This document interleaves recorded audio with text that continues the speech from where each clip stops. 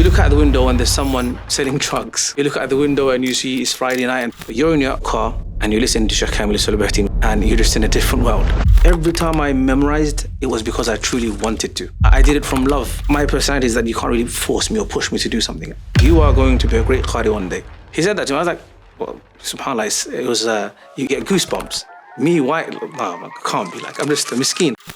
The journey for me starts in Tower Hamlets. Tower Hamlets is a place of, a lot of things going on, especially for youngsters. In my teenage years, even though alhamdulillah we had an Islamic household, Islamic upbringing, during those teenage years you want to explore a little bit, I just passed my driving, chilling out, seeing friends. And so sometimes you felt a bit distracted, a bit distant from who you are. But the Qur'an, the tilawah, when it's played, when you recite, when you heard a good qari, it took you back home. So for me, the string of remaining grounded as well as the ability to persevere and continue was through the Qur'an. This allowed for me to listen to some of the Egyptian qaris while being in the UK, like Shaykh Tablawi and others. My brothers used to play in the house, and Shaykh Mujawwad was a great qari. You'd listen to him in the house, in cassettes. People don't know about cassettes. Cassettes were there, and then CDs and so on. You're in the streets of London and you're driving and you are listening to Shaykh Ashiq Rahman, and it brings that era, the 70s, of the 80s, of the 60s, into Tower Hamlets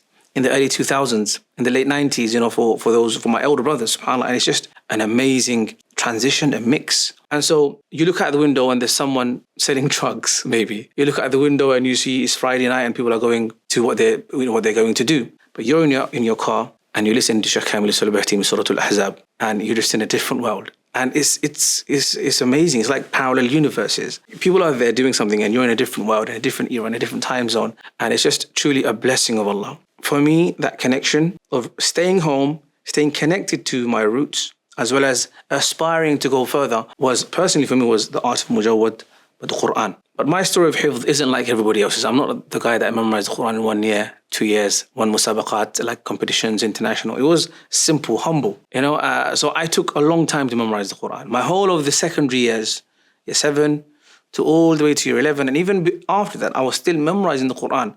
Eventually, I finished with my father, rahmatullahi alayhi, Allah have mercy upon him, just like I started.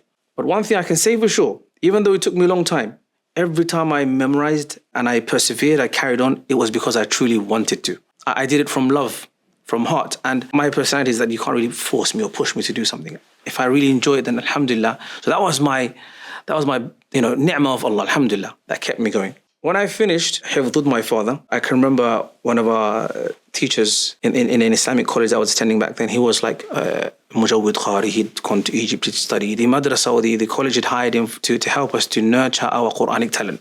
And he heard me for the first time. He said, recite. And I was just reciting what I knew of Mujawwad. And from that moment, he said, Allahu Alam, if it's ever going to come to fruition, if it's true, he said, you are going to be a great qari one day. He said that to me. I was like, well, subhanAllah, it was, you get goosebumps. Me, why? No, I can't be like, I'm just a miskeen from Tower Hamlets. It's not possible. But for some reason, he had a level of certainty in what he said. And he even took me on one of his Quranic journeys. I can remember once in Birmingham, we went for like a Qur'an event on a live TV station, and he took me and he dropped me back. So he believed, and he taught me a lot about the Quranic melodies and styles. So this was a great moment of transition within East London for me. There were qaris, teachers who studied abroad, now bringing that. I was listening to the Qur'an from 70s, 80s on the streets of Tower Hamlets. In our local masajid, often you'd have great Egyptian qaris who would recite the Egyptian style of recitation in salat, after Salat Tarawih. So all of these things really brought within me a spark to say, you know what, I really love this. And until today I can say, alhamdulillah, this is what I love the most, the Egyptian Mujawwad style of recitation. And it kept me going, kept me wanting to carry on learning.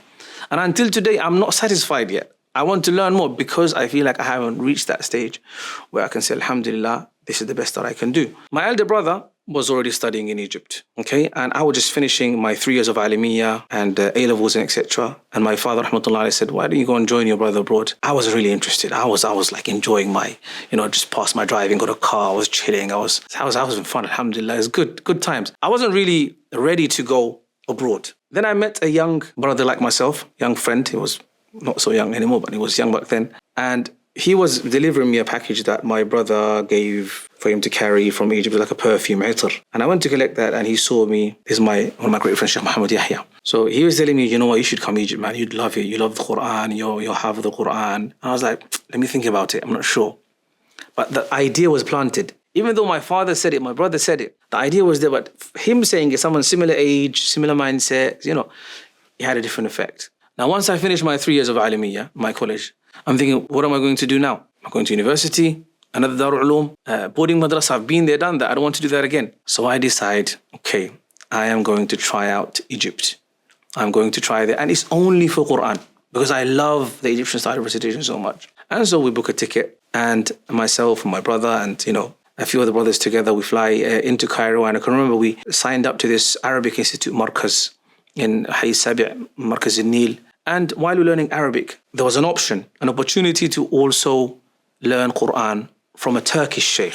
And so I joined his class, and I remember until today, subhanAllah, when I heard that live recitation from this Qari in the classic Egyptian style, I was shocked that this stuff actually you can see in person. I mean, you hear the recordings. And I made a recording on the phone that I had, and I sent it to our family group. And I can remember my sister saying, do these Qaris still exist? Are they still around? You know, because he was so phenomenal. And he was reciting Surah Al-Balad.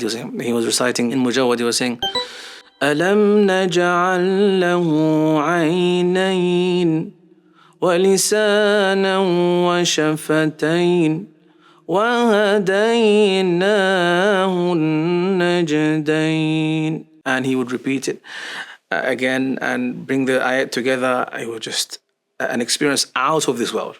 Initially, I went to Egypt for 3 months. I'm just trying it out. I have no interest in staying there for 10 years. From 2009, last year in 2024, I just finished my master's. So it's like, subhanAllah, 15 years. And inshallah, hopefully, I will pursue further, bi'idhnillah. The spark, the connection, what kept me going was the love and the passion for the Quran. If someone said, hey, you're going to go to Egypt to study fiqh or usul or mustalah, or, you know, any other science, I would not be interested. It's the Quran, the love for it, passion for it, the barakah of it kept me grounded and kept me going from one thing to the other. So then it was initially to strengthen my muraja'ah, then to receive an ijazah, then to try and improve my mujawwad from one sheikh to another ustad, Ustad Mustafa Kamil, and other. This continuous upskilling kept me going, along with, of course, Azhar, fiqh, كل الدراسات الإسلام والعربية. But the main traction for me, spark for me, was the Quran. Alhamdulillah, the point of it for me is that if Allah blesses us with a true passion for the Quran, the interest for the Quran, then this will be a beacon of light for us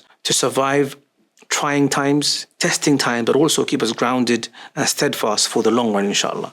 So my advice would be to anyone who's, you know, in their locality, in their community, wherever you may be, in the West, in the Far East, wherever you are, stay connected to the Quran, stay grounded. Find yourself a qari that you truly love. Find yourself passion in the tilawatul Quran, and this will be your rock to recline upon at hard times, and also your source of inspiration to carry on going further, inshallah, in Islamic education, as well as, inshallah, in your academic endeavors or anything else, inshallah, you want to achieve, bi'idhnillah.